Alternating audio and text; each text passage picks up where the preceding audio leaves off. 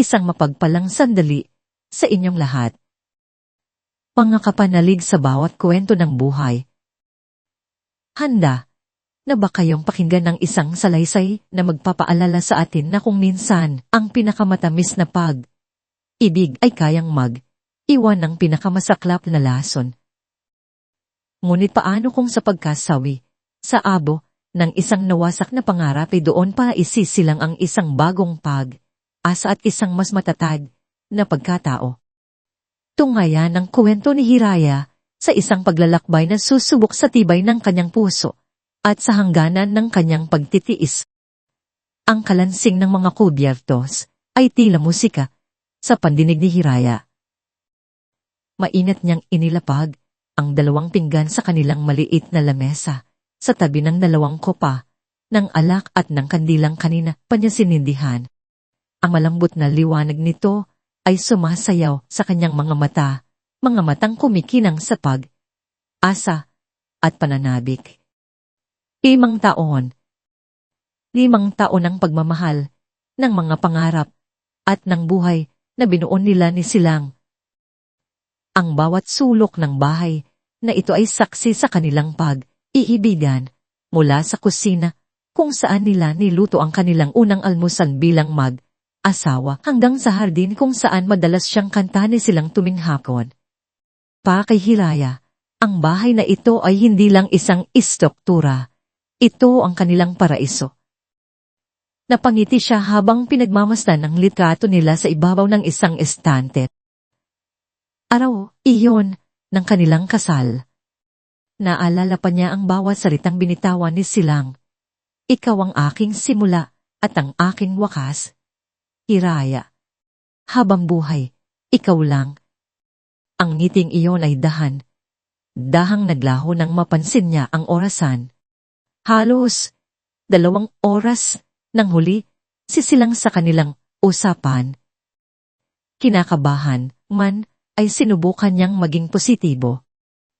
Marahil ay natagalan lang sa isang mahalagang meeting, sabi niya sa sarili. Kinuha niya ang kanyang telepono upang tawagan siya, ngunit bago pa man niya bilang ang numero, umilaw ang screen. Isang mensahe mula kay Silang. Pumilis ang tibok ng puso ni Hiraya, ngunit hindi sa kilig, kundi sa kaba. Pinuksan niya ito.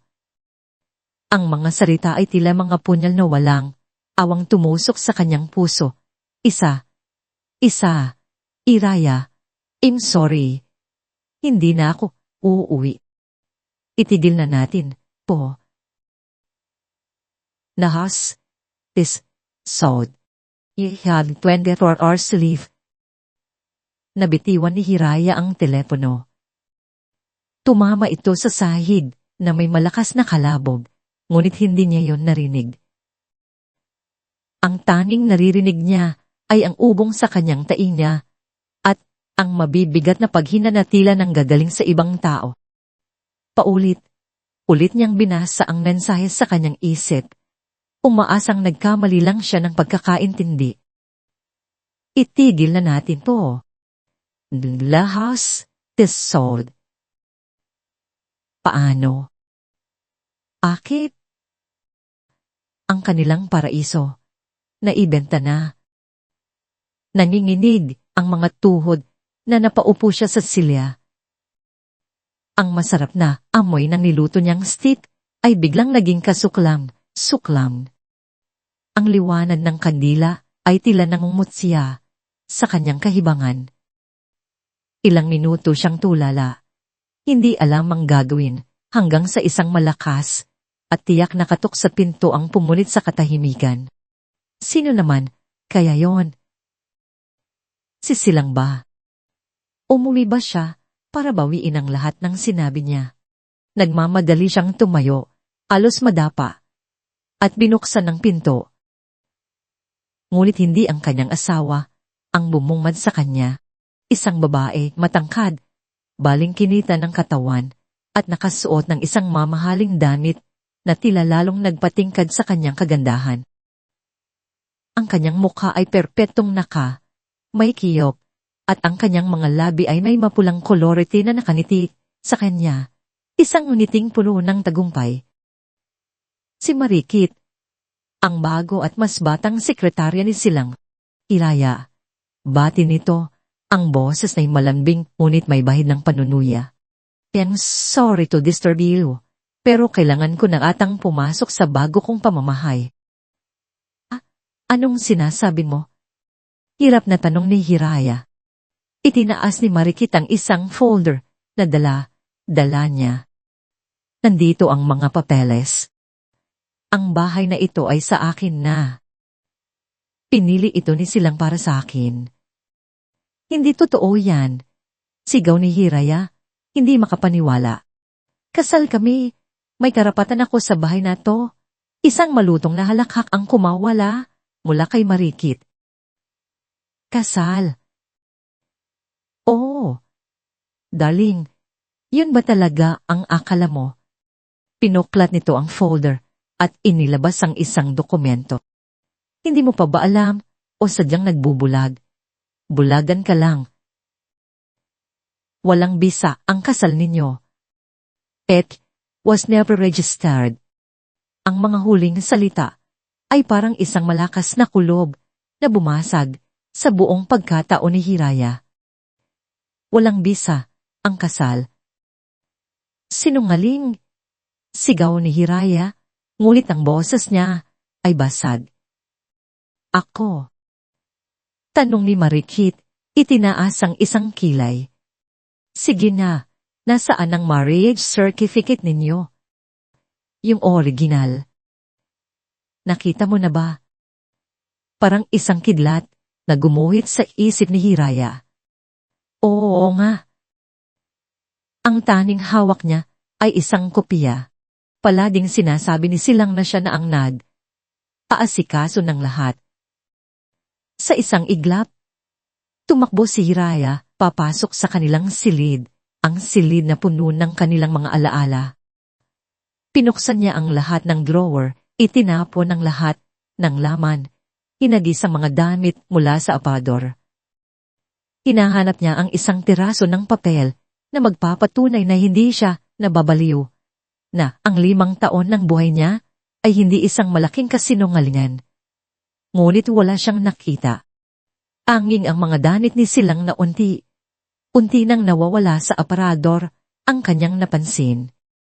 Planado ang lahat ng ito. Bumalik siya sa sala, palunan. Ang mukha niya ay basa na ng luha. Nakatayo pa rin doon si Marikit, nakapamayuwang, ila isang reyna na pinagmamasdan ng kanyang nasakop na teritoryo. Lir, utos si Marikit, na ang boses ay malanig na ngayon. Or I'll call security. Wala nang lakas si Hiraya para lumaban. Kinuha niya ang kanyang bag na walang laman, kundi ang wallet at ang basag niyang telepono, at dahang lumabas ng pinto. Kasabay ng pagsara ng pinto sa kanyang likuran may ang pagbuhos ng malakas na ulan. Tila nakikidalamhati ang langit sa kanyang sinapit. Nagsimula siyang maglakad ng walang patutunguhan habang ang bawat patak ng ulan ay humahalo sa kanyang mga luha. Ang damit niya ay basa, ang buhok ay tumutulo at ang puso niya ay durog na durog. Ang bawat hakbang ay mas mabigat kaysa sa nauna. Ang kanyang paraiso ay naging impyerno sa loob lamang ng isang gabi. Sa gitna ng kalye, sa ilalim ng malakas na ulan, hindi na kinaya ng kanyang mga tuhod. Pumagsak siya sa basang semento. Ang kanyang mga hikbi ay sinabayan ng gagundong ng kulob. Nang iangat niya ang kanyang paningin, isang maliwanag na pangalan mula sa isang coffee shop ang nakakuha ng kanyang atensyon, pagtahan sa kanyang pagod at kawalan ng pag-asa, nawala na siya ng malay. Bago pa man, tuluyang magdilim ang kanyang paningin.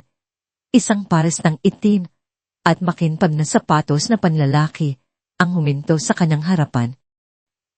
Isang payong ang humarang sa ulan at isang kalmado at malalim na boses ang kanyang narinig.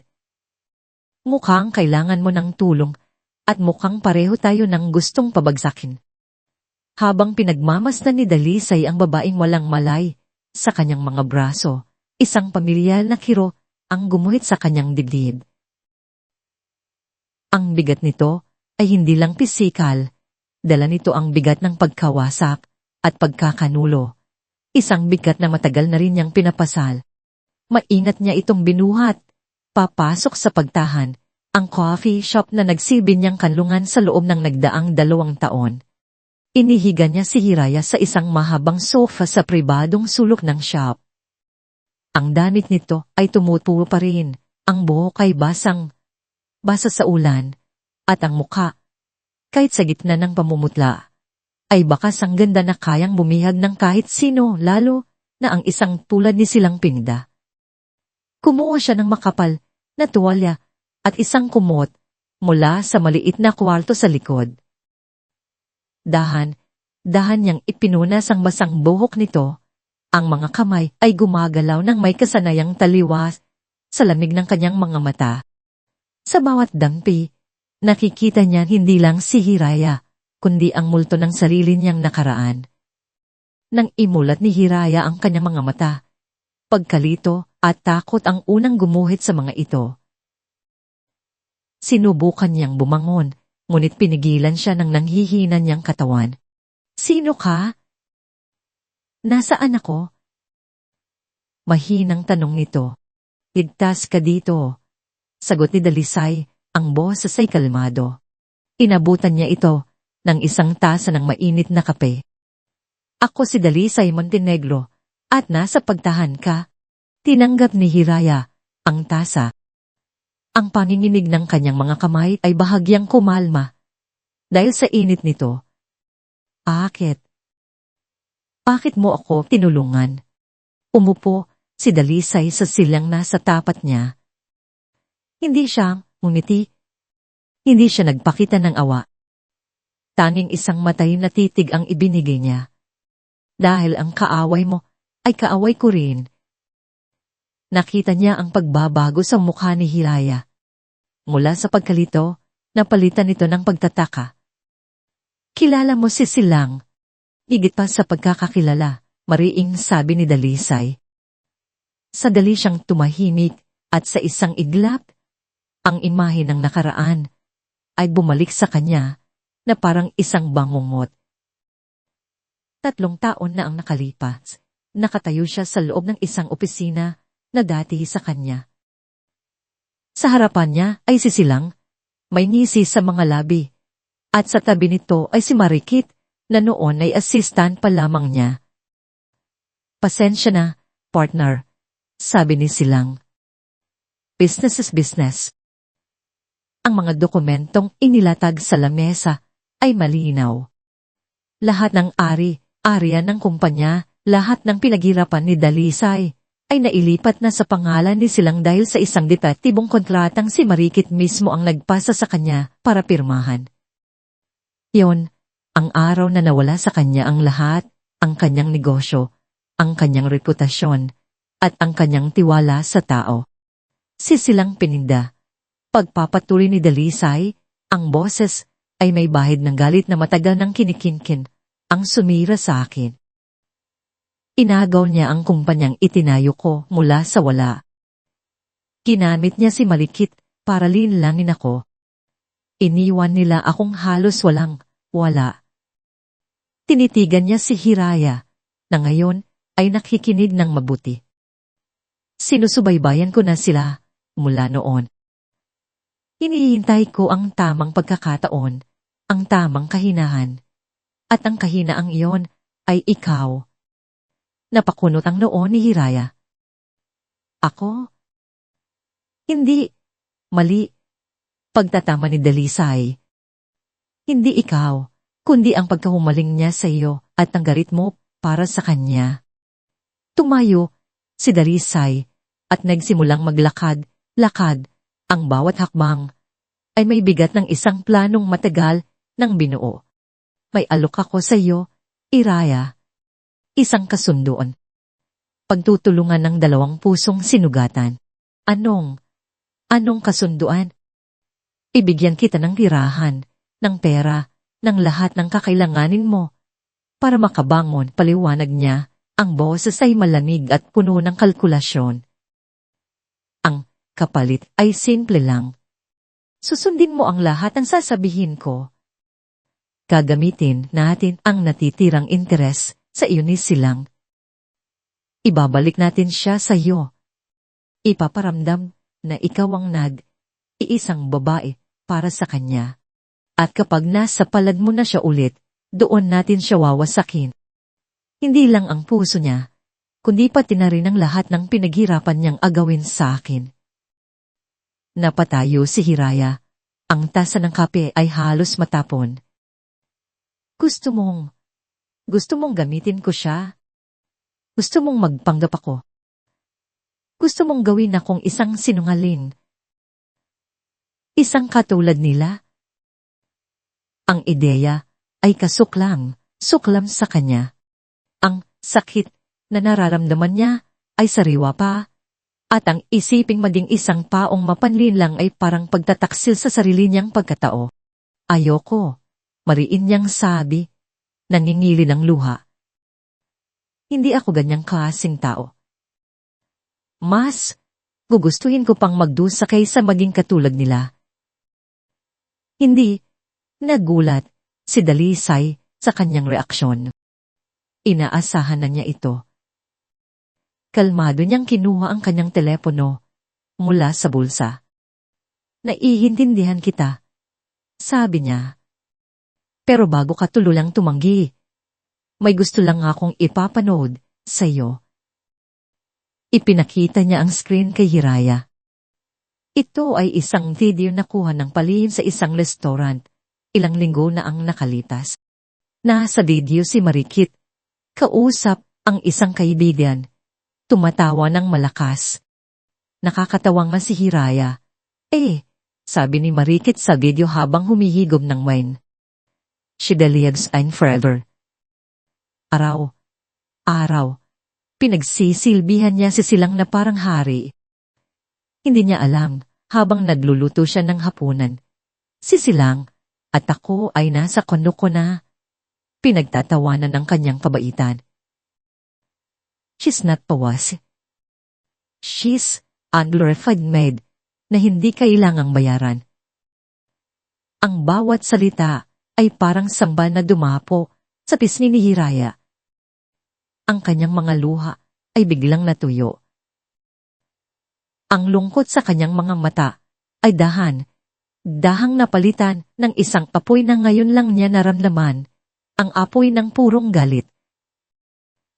Ang babaeng minsan nang nagmahal ng buo ay biglang nagising sa isang malupit na katotohanan. Ang kanyang pag-ibig ay hindi lang binaliwala, ito ay pinagtawanan at ginawang katatawanan. Ibinaba ni Dalisay ang telepono. Tinitigan niya si Hiraya na ngayon ay nakatayo ng tuwid. Ang mga kamao ay nakakuyom sa kanyang tagiliran. Ang babaeng mahina at talunan na dinala niya mula sa ulan ay wala na. Ang nasa harapan niya ngayon ay isang babaeng handa ng lumaban.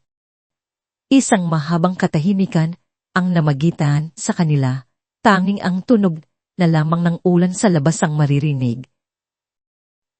Pagkatapos ng ilang sandali, tumingin si Hiraya diretso sa mga mata ni Dalisay.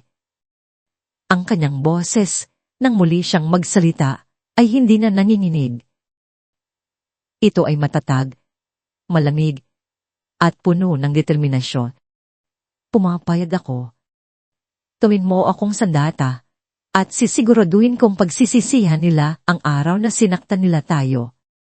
Kinabukasan, sinimulan ni Dalisay ang unang yugto ng kanilang kasunduan.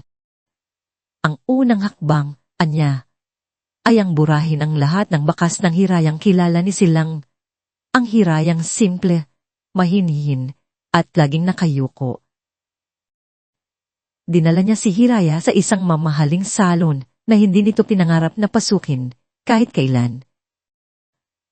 Habang nakaupo siya sa harap ng isang malaking salamin, naramdaman niya ang bawat lagasas ng gunting sa kanyang mahabang buhok, ang buhok na minsan ay paboritong haplusin ni Silang. Bawat hiblang bumabagsak sa sahig ay tila isang piraso ng kanyang nakaraan na pilit niyang tinatalikuran. Kasabay ng ikli ng kanyang buhok ay ang unti-unting pagtigas ng kanyang puso. Pagkatapos ng salon, isinunod nila ang mga boutique. Ang mga damit na pinili ni Dalisay ay malayo sa mga bestidang bulaklakin at maluluwag na blusang kinalakihan ni Hiraya. Mga damit na hapit sa katawan, nagpapakita ng kanyang hugis, at may mga kulay na matapang tulad ng itim at pula. Subukan mo to, sabi ni Dalisay. Iniaabot sa kanya ang isang pulang bestida na hapit sa katawan at may bahagyang hiwa sa dibdib. Sa loob ng fitting room, tinitigan ni Hiraya ang kanyang sarili sa salamin. Ang babaeng naroon ay hindi niya kilala. Ang maikling buhok ay nagbigay diin sa hugis ng kanyang mukha at sa haba ng kanyang leeg. Ang pulang bestida ay tila naging pangalawang balat. Ipinapakita ang bawat kurba na dati niyang itinatago. Para siyang isang bulaklak na biglang namukadkad sa gitna ng apoy. Nahihiyaman ay lumabas siya para ipakita kay Dalisay. Natahimik ito, sandali. Nakita ni Hiraya ang bahagyang paglaki ng mga mata nito. Isang kisap, matang reaksyon na hindi niya inaasahan mula sa isang lalaking tila laging gawa sa yelo. Pagay sa'yo, sabi nito, at sa unang pagkakataon, narinig ni Hiraya ang bahagyang aalinlangan sa boses nito. Ang maliit na sandaling iyon ay nagdulot ng kakaibang kiliti sa dibdib ni Hiraya. Isang pakiramdam na matagal na niyang hindi naramdaman. Kaagad ding bumalik sa dati ang formalidad sa mukha ni Dalisay na tila pinagsisihan ang saglit na pagpapakita ng emosyon. Kunin mo na yan. At ang tatlo pa, kailangan mo ng mga sandata. Ang pagbabago ay hindi natapos sa damit at buhok. Sa mga sumunod na araw, ang apartment sa itaas ng pagtahan ay naging training ground. Tinuruan siya ni Dalisay kung paano maglakad ng may tiwala. Ang bawat hakbang ay tiyak at hindi nagmamadali. Ang balikat mo, Hiraya, laging tuwid. Ang ulo mo, laging nakataas. Huwag kang yuyuko. Ipakita mo sa mundo na hindi ka nila kayang talunin. Naging mahigpit siyang guro. Paulit, ulit siyang pinaglakad ni Dalisay sa sala, habang suot ang matataas na takong na binili nila, hanggang sa mawala ang panginginig sa kanyang mga binti. Tinuruan niya si Hiraya kung paanong mamiti, hindi ang matamis at inosenteng ngiti na dati niyang ibinibigay, kundi isang ngiting may hiwaga, isang ngiting ng taakit, ngunit hindi nagbibigay ng lahat. Ang pinakamahirap na aral ay ang sayaw. Isang gabi, nagpatugtog si Dalisay ng isang mabagal at sensual na musika. Sa mga pagtitipong pupuntahan mo, hindi maiiwasan ng sayawan, sabi nito. Kailangan mong matutong gumalaw na parang ikaw ang may-ari ng sahig. Pero hindi ako marunong, alanganing, sagot ni Hiraya. Hindi ito sumagot. Sa halip, inilahad nito ang kanyang kamay. Atubili si Hiraya, ngunit sa huli ay tinanggap din ito. Ang init ng palad ni Dalisay ay tila gumapang sa buong braso niya. Inilagay nito ang isa niyang kamay sa balikat nito at ang isa naman ay hinawakan nito ng mahigpit. Sumunod ka lang sa akin, bulong nito. Sa una, ang mga paa ni Hiraya ay tila may sariling isip. Panay ang tapak niya sa sapatos ni Dalisay at ang kanyang katawan ay naninigas sa hiya. Ngunit si Dalisay ay nanatiling matiyaga. ginagabayan ng bawat galaw niya ng may pambihirang pasensya. Dahan, natutunan ni Hiraya na magtiwala, binitawan ang kanyang mga aalinilangan at hinayaang dalhin siya ng musika at ng kanyang kapareha. Habang sila ay umiikot sa maliit na espasyo, ang distansya sa pagitan nila ay unti-unting nawawala. Ang bango ng pabango ni Dalisay ay bumalot sa kanya. Naramdaman niya ang tibok ng puso nito sa kanyang dibdib, isang ritmong kalmado at matatag. Sa isang iglap, hindi na ito ang kanyang guro at hindi na rin siya ang kanyang estudyante. Sila ay dalawang taong isa ng isang malungkot na melodya. Sa isang ikot, natapilok si Hiraya. Mabilis siyang sinalo ni Dalisay. Ang isang braso ay mahigpit na pumulupot sa kanyang baywang. Ang kanilang mga mukha ay ilang pulgada na lang ang pagitan. Nakita niya ang kanyang sarili sa maitim na mga mata nito, at sa mga matang iyon, wala ang lamig at galit na laging naroon. Ang nakita niya ay isang bagay na mas malalim, isang bagay na tila nalulunod. Nagkatitigan sila ng ilang segundo na parang huminto ang oras. Siya ang unang bumitaw ng tingin. Mabilis siyang umayos ng tayo. Pakiramdam ay namumula ang kanyang buong mukha. Agad din, lumayo si Dalisay. Sapat na yan para ngayong gabi, sabi nito. Ang boses ay bahagyang paos. Magpahinga ka na. Nang gabing iyon, matapos ang kanilang aralin, tumayo si Hiraya sa harap ng salamin sa kanyang silid. Tinitigan niya ang babaeng nakatingin pabalik, ang babaeng may maikling buhok na ang mga mata ay may bagong kislab ng tapang at hiwaga, ang babaeng kayang makipagsabayan sa titig ng isang lalaking tulad ni Dalisay, ang babaeng kayang sumayaw sa saliw ng pangani. Hindi na niya ito kilala. At sa unang pagkakataon, sa halip na matakot, naramdaman niya ang isang panibagong asa. Iglang bumukas ang pinto at pumasok si Dalisay. May dala itong isang sobre. May natanggap pa kong impormasyon, sabi nito. Ang boses ay seryoso na ulit, na tila ang nangyari kanina ay hindi naganap. Magkakaroon ng isang partgala sa Biyernes. Isang malaking pagtitipon ng mga mayayaman at maimpluwensyang tao, at sigurado ako, naroon siya. Iniabot nito sa kanya ang isang iriganting invitation card. Ang pangalan ni Silang Pinda ay nakalistag bilang isa sa mga sponsor. Tumalik ang lahat ng sakit at galit sa puso ni Hiraya. Ito na yon. Ang unang pagsubok, ang unang laban.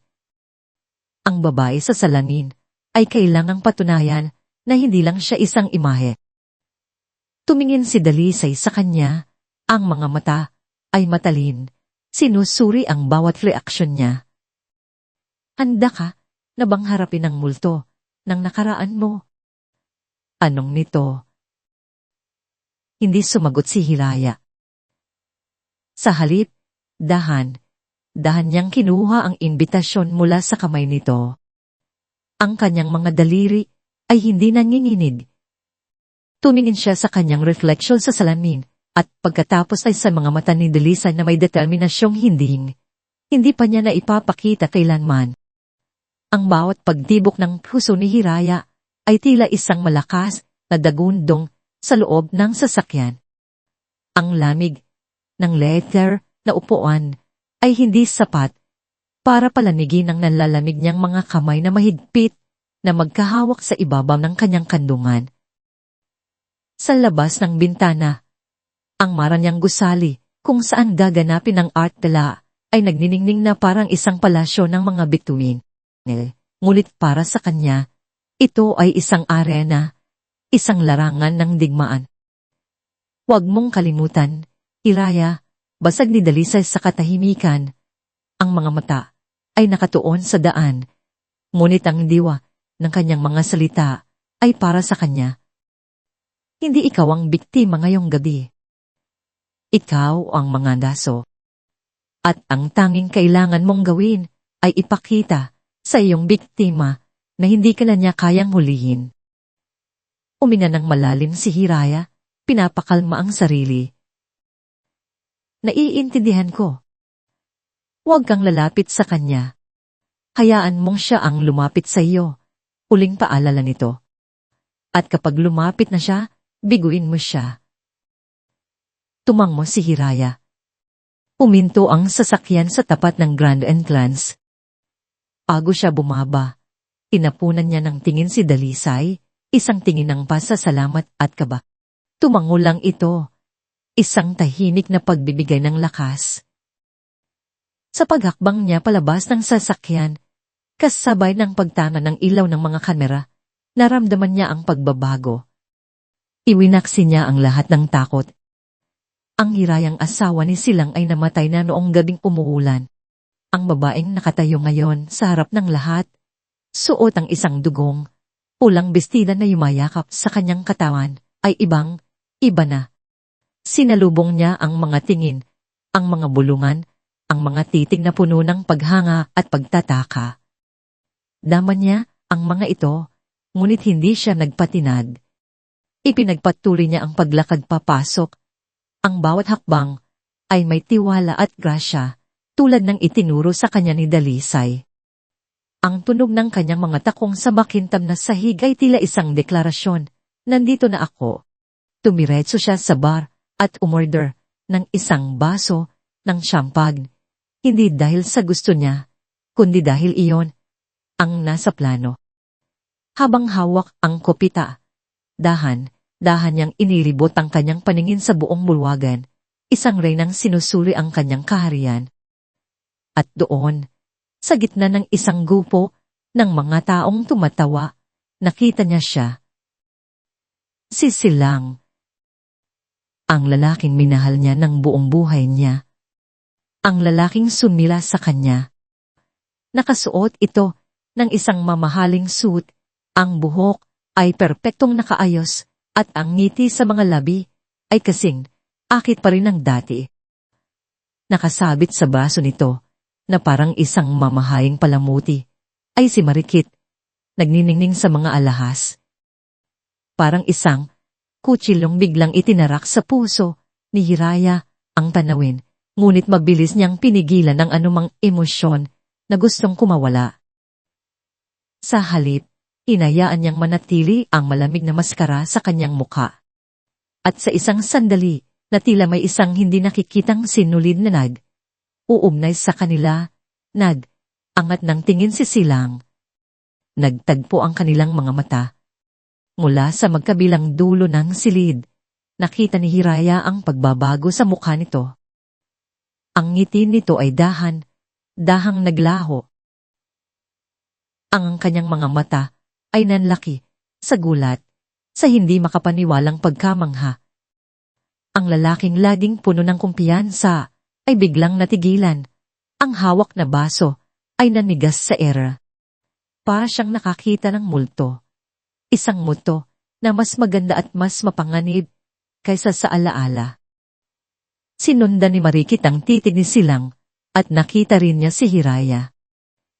Ang peking ngiti ni Marikit ay naglaho, napalitan ng isang tingin ng pagkasuklam at pagbabanta. Ngunit hindi iniwas ni Hiraya ang kanyang tingin. Sa halip, itinaas niya ng bahagya ang kanyang kopita, isang tahimik at nang uuyam na pagbati. Bago niya ito dahang ininuman at muling ibinali ang atensyon sa bartender na parang walang nangyari. Ilang minuto ang lumipas. Naramdaman ni Hiraya ang isang presensya sa kanyang tabi. Ang pamilya na pabangong iyon. Hindi niya kailangang lumingon para malaman kung sino ito. Hiraya. Ang boses ni Silang ay malambing, puno ng pagtataka, na para bang binibigkas ang pangalan ng isang matagal nang nawawalang alaala. Dahan siyang lumingon at binigyan niya ito ng isang blangkong tingin.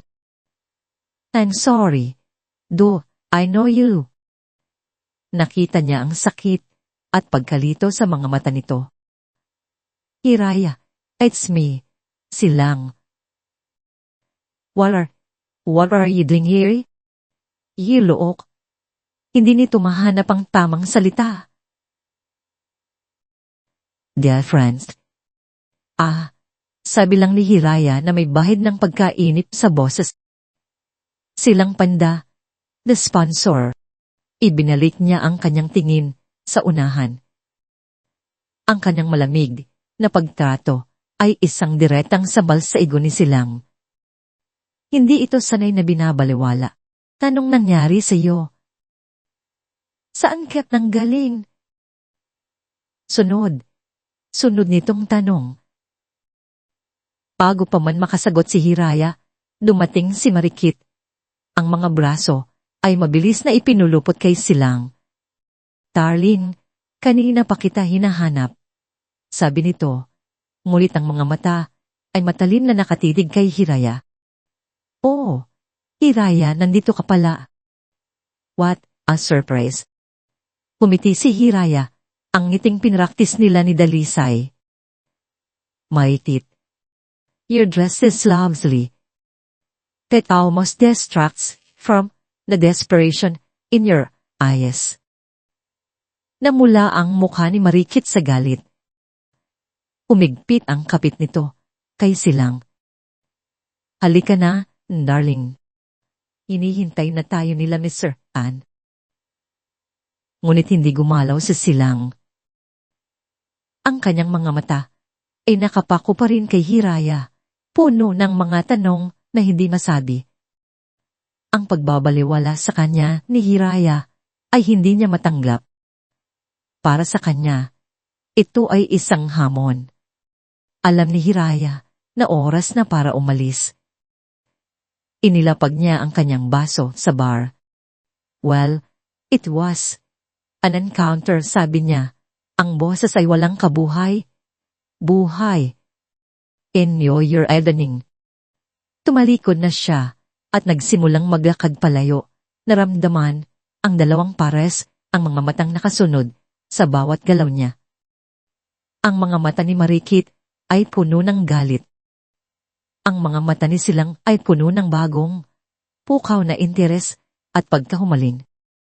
Nang makalabas siya ng gusali at makasakay sa naghihintay na sasakyan ni Dalisay, doon lang niya pinakawalan ang hiningang kanina pa niya pinitigilan. Nagsimulang manginig ang kanyang mga kamay. Ngunit sa gitna ng panginginig, mayroong isang pakiramdam ng tagumpay. Nagawa niya. Ang unang hakbang ay tapos na. Tahimik lang si Dalisay habang nagmamanaw sila palayo. Pagkalipas ng ilang minuto, tumunog ang telepono ni Hiraya, isang mensahe mula sa isang numerong hindi nakatsag. Ngunit alam na alam niya kung kanino galing. Pinuksan niya ito. Hindi ko alam kung anong laro ang nilalaro mo, Hiraya. Pero gusto kong sumali. Ang tagumpay ay may kakaibang lasa. Para kay Dalisay, ito ay lasang matapang na kape sa hating gabi, ang uri na nagpapagising sa bawat himay-himay ng iyong pagkatao. Mula sa kanyang laptop, pinanood niya ang mga online article na nagsusuputan tungkol sa art gala.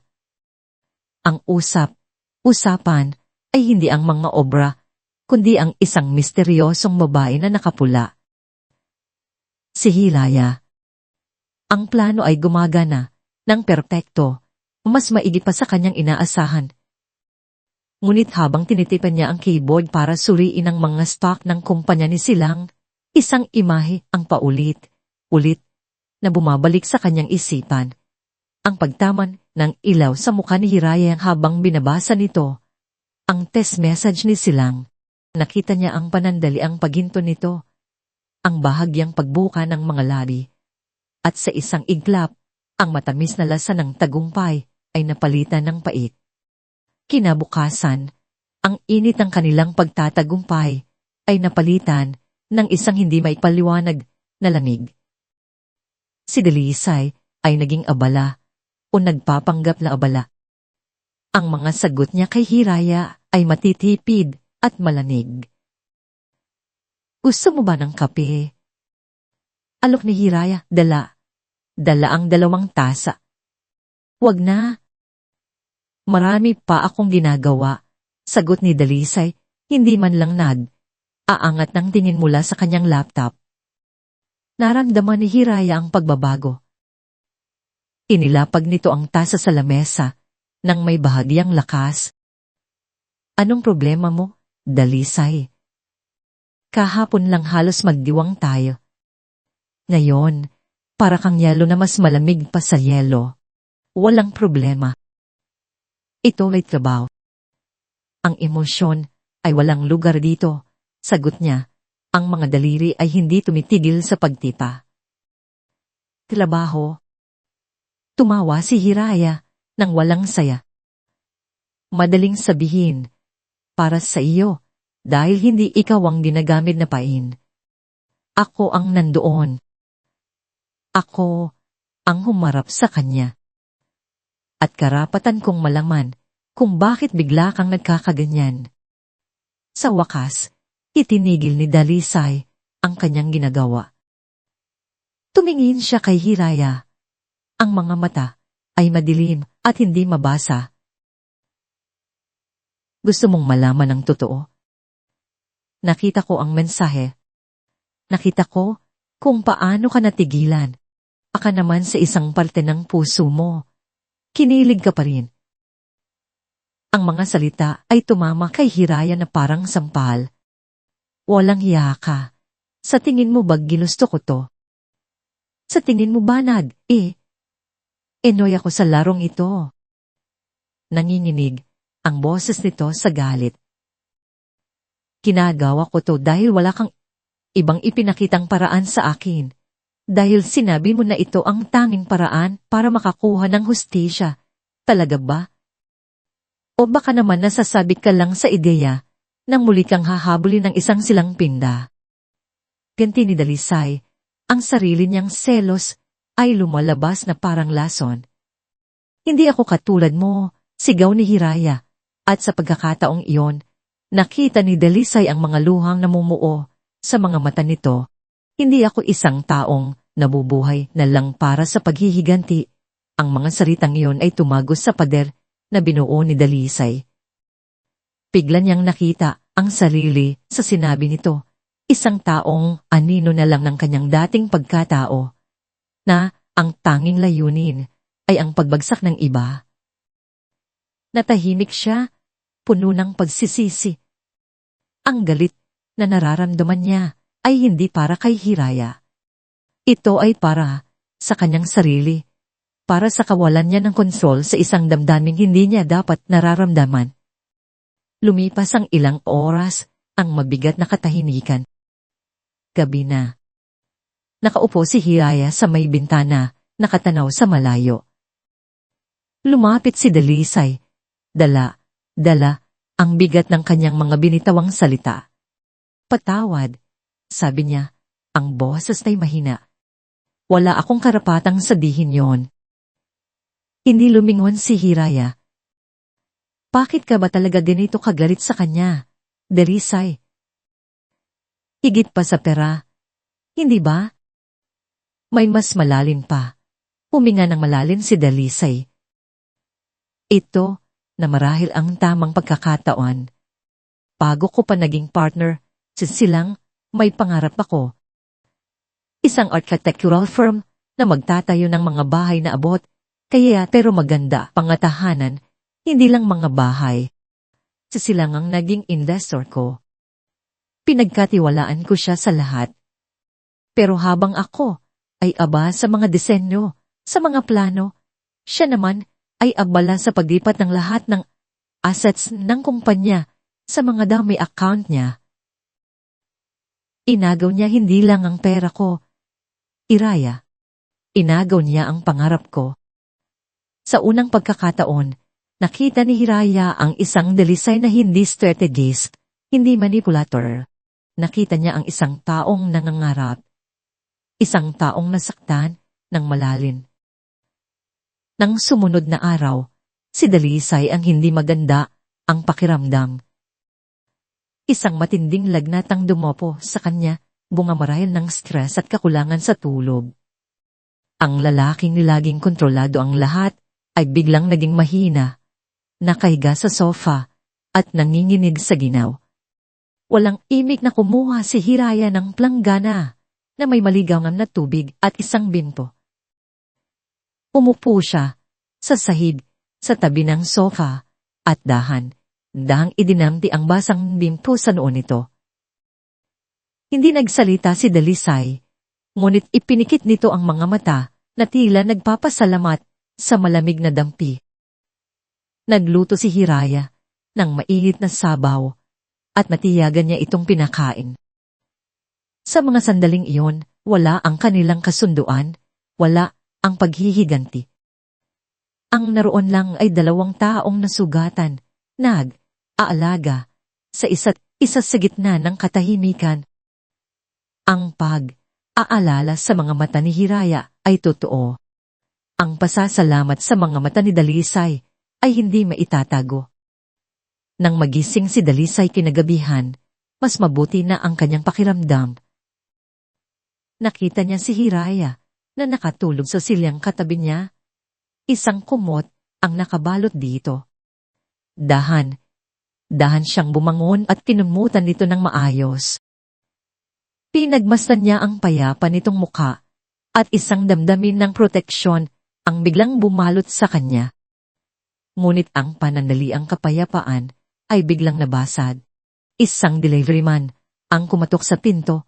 May dala itong isang maliit at eleganteng kahon. Nang buksan ito ni Hiraya, bumungad sa kanila ang isang kumikinang na kwintas na may diamante. May kasama itong card para sa pinakamagandang multo na nakita ko. Pet Stud. Nakita ni Dalisay ang kumikiyang nalahas sa leeg ni Hiraya sa kanyang imahinasyon. Ang regalo ay hindi lang isang kwintas. Ito ay isang kadena, isang paalala ng kapangyarihan ni Silang, isang simbolo ng mundong kayang ibigay nito kay Hiraya. Ang mundong hindi niya kayang ibigay. Ang lahat ng pag-aalaga, ang lahat ng namuong pagtitiwala, ay biglang naglaho na parang bula. Tumigas ang kanyang panga. Walang salitang lumabas sa kanyang bibig. Dalisay, nagsimulang magpaliwanag si Hiraya, ngunit hindi niya ito pinatapos. Mabilis niyang kinuha ang kanyang jacket at ang susi ng kotse. Dalisay, sandali! Hindi siya lumingon. Pinuksan niya ang pinto at lumabas. Isinasara ito nang may puwalsas sa kanyang likuran. Iniwan niya si Hiraya na nakatayo doon, hawak ang regalo mula sa kanyang nakaraan, habang ang kanilang binuong samahan ay muling nasa bingid ng pag-aalinlangan. Ang restaurant na pinili ni Silang ay isa sa mga lugar na dati nilang madalas puntahan, isang lugar na puno ng matatamis na alaala, na ngayon ay parang mga multong bumubulong sa bawat sulok. Habang nakaupo si Hiraya sa harap niya, sa ilalim ng malambot na liwanag ng isang eleganteng chandelier, ramdam niya ang bigat ng bawat segundong lumilitas.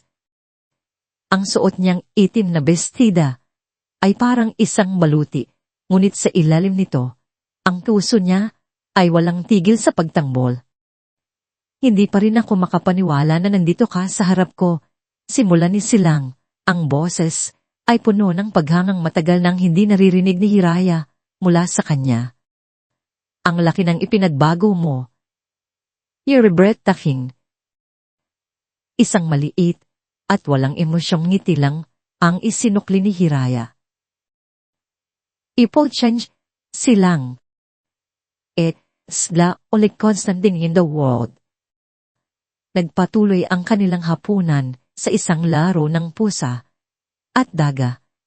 Si Silang ay puno ng mga tanong, sinusubukang alamin kung nasaan siya, ano ang ginagawa niya, at sino ang mga kasama niya. Si Hiraya naman ay nagbibigay ng mga sagot na tila mga palaisipan, sapat para mapanatili ang kanyang interes, ngunit kulang para bigyan siya ng anumang kasiguraduhan. Hindi ko naisip na magagalit ka ng ganoon, sabi ni Silang, na tila nagsisisi. Aaminin ko, nagkamali ako. Masyado akong nadala sa mga komplikasyon. Komplikasyon? Yun ba ang tawag mo kay Marikit ngayon? Tanong ni Hiraya, ang boses ay malamig na parang yelo. Natigilan si Silang. Inabot nito ang kanyang kamay na nakapatong sa ibabaw ng lamesa. Hiraya, makinig ka. Si Marikit. She was a mistake. Isang pagkakamaling pinagsisisihan ko araw. Ang init ng palad nito ay pamilya. Sa isang iglap, bumalik sa alaala ni Hiraya ang isang gabi sa lugar ding iyon. 5 taon na ang nakalitas. Ganoon din ang ginawa ni Silang. Hinawakan ang kanyang kamay at sinabing, hindi kita iiwan. Ang alaala ay napakatamis at kasabay nito'y napakasakit. Halos maniwala siya. Halos bumigay ang pader na itinayo niya sa paligid ng kanyang puso. Alam kong nasaktan kita, pagpapatuloy nito, iniyigtitan ng hawak sa kanyang kamay. Pero handa akong itama ang lahat. Iwan mo lang kung sino man yang kasama mo ngayon. Pumalik ka sa akin, Hiraya. Ibibigay ko sa iyo ang lahat. We can start again. Ang mga salita ay isang matamis na lason, isang pamilyar na kanta na minsan nang nagpatulog sa kanyang kahibangan. Isang parte niya ang gustong maniwala, ang gustong bumalik sa dati, ang parte niyang pagod na sa pagpapanggap. Ngunit bago pa man siya makasagot, isang anino ang tumabon sa kanilang lamesa. Inaabala ko ba kayo? Ang boses na yon, malamig, kalmado, at puno ng awtoridad. Napatingala si Hiraya. Nakatayo doon si Dalisay, nakasuot ng isang madilim na pulo. Ang mga mata ay matalim na nakatitig, hindi sa kanya, kundi kay Silang. Sino ka? Inis na tanong ni Silang, mabilis na binitiwan ang kamay ni Hiraya. Hindi sumagot si Dalisay. Sa halip, inilagay nito ang isang kamay sa likod ng silya ni Hiraya, isang kilos na nagpapakita ng pag-aari. Tumingin ito sa kanya, at sa mga mata nito ay may isang mensaheng tanging siya lang ang nakakaintindi. Sumakay ka lang. Pasensya na, mahal, sabi ni Dalisay. Ang boses ay biglang lumambing nang bumaling sa kanya. Natagalan nako sa pakikipag-usap sa kliyente. Kanina ka pa ba naghihintay? Naintindihan ni Hiraya. Ito ang plano, ang susunod na hakbang. Tumayo siya at hinalikan si Dalisay sa pisngi. Hindi naman, kararating lang din namin. Ang panga ni Silang ay tumigas. Ang pagkalito sa kanyang mukha ay napalitan ng selos at galit. Ano to, Hiraya? Sino siya? Umarap si Dalisay kay Silang. Ako si Dalisay, pagpapakilala nito. Inilahad ang kamay na hindi naman tinanggap ni Silang. Ang bago sa buhay ni Hiraya. At ikaw, dapa ay ang nakaraan na. Tumawa si Silang ng mapakla. Ganoon ba?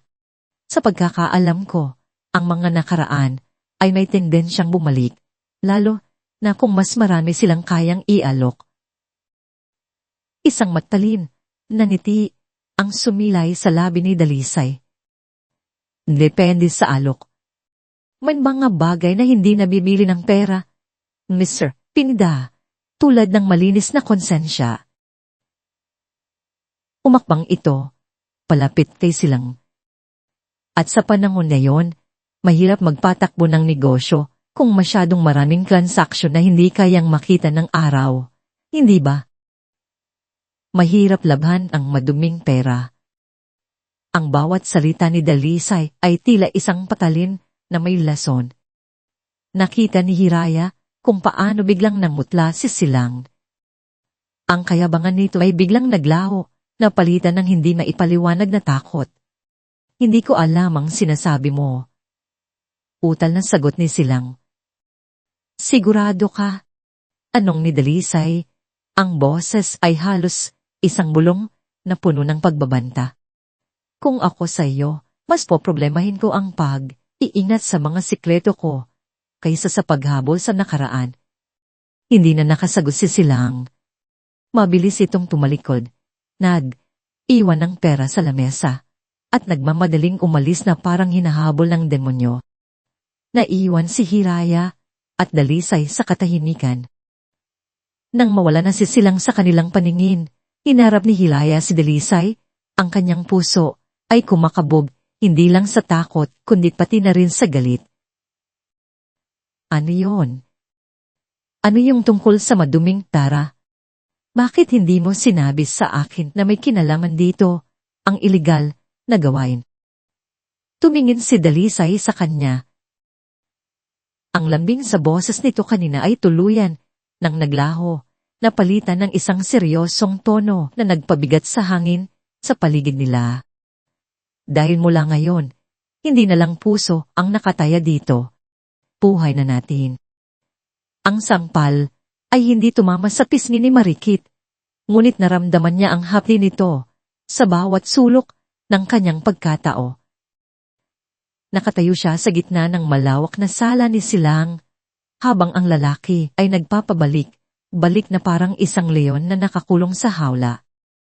Ang basag na kopita na lagpak sa sahig ay patunay ng tindi ng galit nito.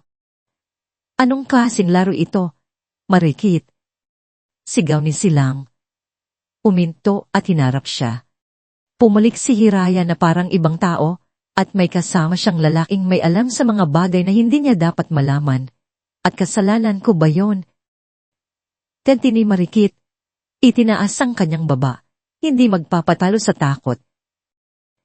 Ikaw ang nagpabaya, ikaw ang nagpakita ng kahinaan. Hinayaan mong makita niya na apektado ka pa rin sa kanya. Alam ni Marikit na ang pag-atake ang pinakamahusay na depensa. Sa loob ng 3 taon, pinag-aralan niya si Silang Pinda. Alam niya kung saan ito malakas sa pera, sa kapangyarihan, at alam niya kung saan ito mahina, sa kanyang ego. Hindi ako apektado, sigaw ni Silang. Ngunit ang pagtanggi nito ay walang bigat. Talaga ba? Anong ni Marikit? Lumapit ito at hinaplos ang dibdib ni Silang. Kung ganoon, bakit hindi mo siya kayang alisin sa isip mo? Bakit parang mas interesado ka sa multo ng nakaraan kaysa sa babaeng nasa harapan mo ngayon? Ang takot ay nagsimulang gumapang sa puso ni Marikit. Hindi takot sa galit ni Silang, kundi takot na mawala ang lahat, ang pinaghirapan niya. Ang buhay na ito, ang mga alahas, ang mga mamahaling damit, ang kapangyarihan, hindi niya ito isusuko ng ganoon kadali. Hindi na siya babalik sa putik na kanyang pinanggalingan.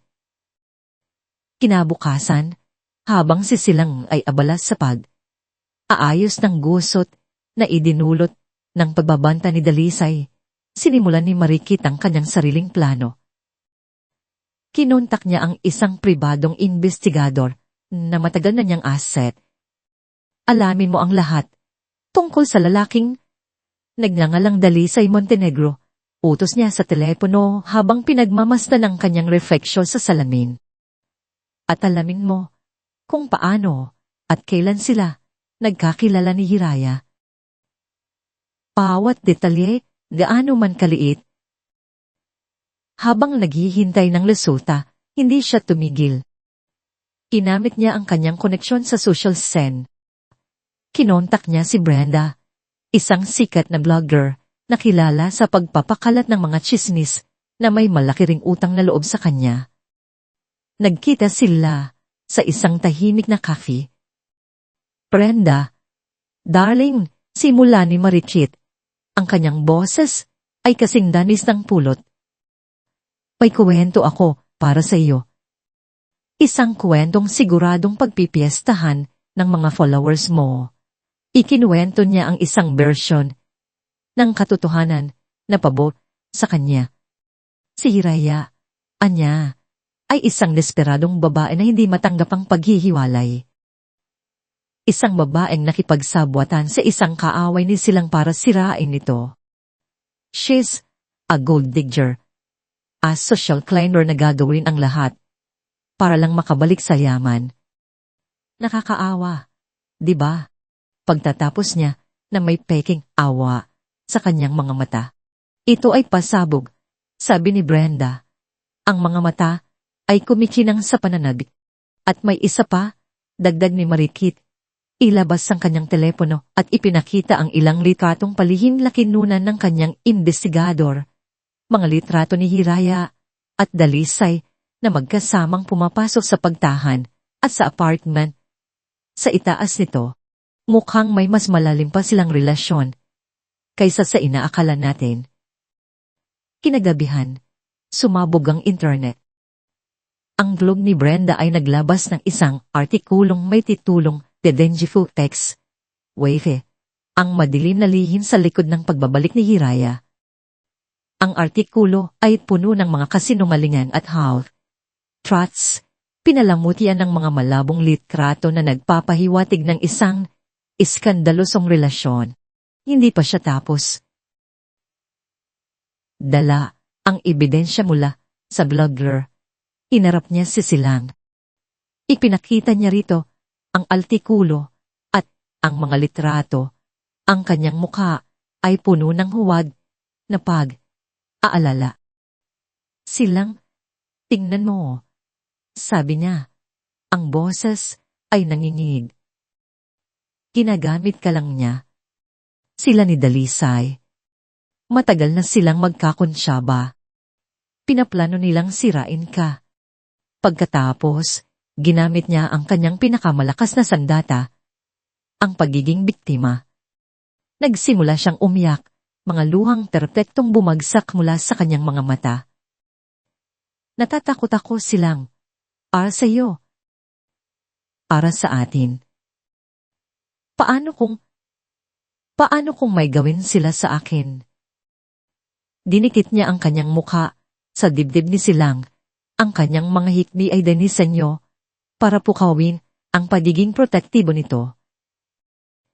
Nakita ni Marikit ang pagbabago sa mga mata ni Silang. Ang pagdududa nito kay Hiraya ay napalitan ng galit. Ang pagkahumaling ay napalitan ng puot. Samantala, sa apartment sa itaas ng pagtahan, masayang naghahanda si Hiraya para sa isang job interview na nakuha niya sa isang maliit na interior design firm.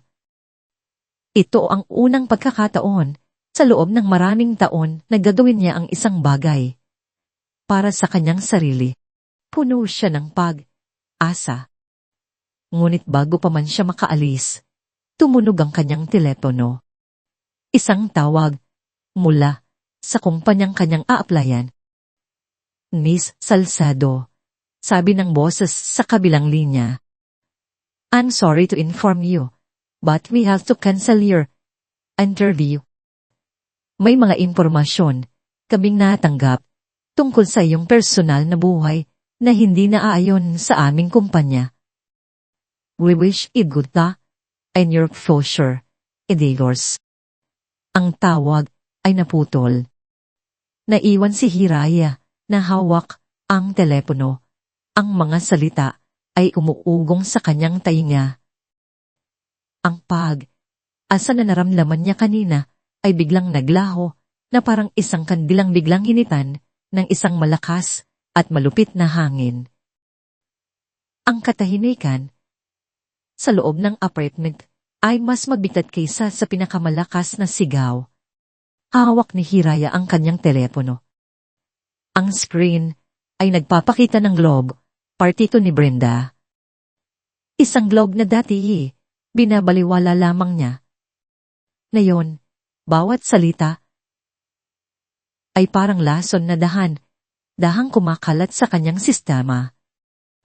Ang kanyang litrato, malabo at kuha mula sa malayo, ay naroon para pagpiestahan ng lahat.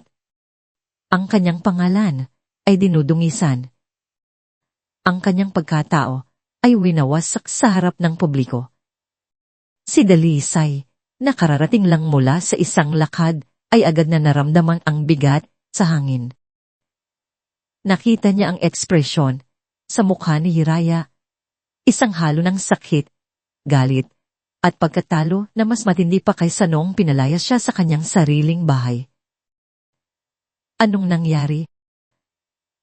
Tanong niya, kahit na may hinala na siya kung ano ang dahilan. Nakita niya ang kumakalat na balita sa social media. Hindi sumagot si Hiraya. Sa halip, inihagis niya ang telepono sa ibabaw ng sofa, halos tumama sa kanyang balikat. Basahin mo kung paano nila ako sinisiraan. Ito ba ang plano mo, Dalisay? Ang gawin akong sentro ng isang maruming tsismis. Pinuksan ni Dalisay ang telepono at mabilis na binasa ang artikulo. Bawat pangungusap ay nagpatigas sa kanyang panga. Gawa ito ni Marikit. Sigurado ako. At ano ngayon? Tumayo si Hiraya. Hinarap siya ng may apoy sa mga mata. Ang mga kamao ay nakakuyom. Kanselado ang interview ko. Ang iisang bagay na ginawa ko para sa sarili ko, nawala dahil sa plano mo. Sabi mo babawiin natin ang sa atin. Pero sa ngayon, parang ako lang ang nawawalan. Bahagi ito ng laban. Hiraya. Giit ni Dalisay, ang boses ay tumaas na rin. Pilit na pinapanatili ang kanyang kontrol. Inaasahan na nating gaganti sila. Hindi ka pwedeng sumuko ngayon. Sumuko. Tumawa si Hiraya ng mapakla, ang tunog ay puno ng paik. Pagod na ako, Dalisay. Pagod na akong maging ibang tao. Pagod na akong maging sanata mo. Gusto ko lang ng normal na buhay. Pero sa bawat habang na ginagawa natin, mas lalo lang akong napapalayo doon. Ang kanyang tinig ay nabasag at nagsimulang umagos ang kanyang mga luha. Ang kanyang mga salita ay tumama kay Dalisay. Ngunit ang pagka-obsesito sa paghihiganti ay mas malakas. Ang imay ng pagbagsak ni Silang ay mas malinaw kaysa sa sakit na nakikita niya sa mga mata ni Hiraya. Hindi niya kayang bitawan ang galit na bumuo sa kanya sa loob ng maraming taon. Normal na buhay? Palik ni Dalisay, ang boses ay puno ng pangungmutya na tila hinamon ang kanyang pagkatao. Wala nang normal na buhay para sa atin hanggat hindi natin sila napapabagsak. Akala ko ba matapang ka? Akala ko ba gusto mong lumaban? O baka naman masyado ka lang talagang mahina. Para dito, ang salitang mahina ay tumatak sa isip ni Hiraya. Iyon ang tingin sa kanya ni Silang. Iyon ang tingin sa kanya ni Marikit. At ngayon, iyon din ang tingin sa kanya ng taong inaasahan niyang kakampi niya. Ang sakit na dulot ng mga salitang iyon ay mas malala pa kaysa sa lahat ng tsismis sa internet dahil galing ito sa taong nagsimula ng maging mahalaga sa kanya. Hindi na siya sumagot. May isang bagay sa loob niya na biglang naputol. Ang tiwala. Ang huling piraso ng pag-asa na sana ay may nakakaintindi sa kanya. Kinuha niya ang kanyang bag at walang lingon, likod na lumabas ng apartment. Hindi siya pinigilan ni Dalisay. Narinig niya ang malakas na pagsara ng pinto at naramdaman niya ang lamat na nabuo sa pagitan nilang dalawa, isang lamat na baka hindi na kailanman maghilom. Naglakad siyang muli nang walang patutunguhan, tulad noong gabing una siyang pinalayas. Ngunit ngayon, hindi na umuulan. Ang araw ay sikat na sikat na tila nang iinis sa kadilimang nararamdaman niya sa loob. Dinala siya ng kanyang mga mapaa sa pamilyar na lugar, sa pagtahan. Ngunit sa halip na pumasok, umupo siya sa isang bench sa tapat nito, sa ilalim ng isang puno. Mula doon, tanaw niya ang bintana ng apartment, kung saan nagsimula ang lahat. Ang lugar na yon ay dapat sana ikanyang kanlungan. Ngunit ngayon ay parang isa na ring hala. Pinagmasdan niya ang mga taong naglalakad, mga taong may normal na buhay, mga taong hindi kailangang magpanggap. Naalala niya kung bakit siya pumayag sa plano. Dahil sa galit, dahil sa pagnanais na ipamukha, kinasilang, at marikit na hindi siya isang basahan, na basta na lang itatako. Ngunit habang tumatagal, parang mas nawawala siya sa sarili. Ang kanyang pagkatao ay nagiging isang laro, at siya ay pagod na sa paglalaro. Sa kanyang pag-iisip, hindi niya namalaya ng paglubog ng araw. Nang tuluyan ng dumilim ang paligid, napagdesisyonan niyang bumalik sa apartment, hindi para kay Dalisay, kundi para sa kanyang sarili. Kailangan niyang kunin ang kanyang mga gamit. Kailangan niyang umalis at magsimula muli, kahit gaano pa kahirap, malayo sa laso ng paghihiganti at sa mga anino ng nakaraan. Pagpasok niya sa apartment, tahimik. Wala si Dalisay. Marahil ay mas mabuti na rin yon.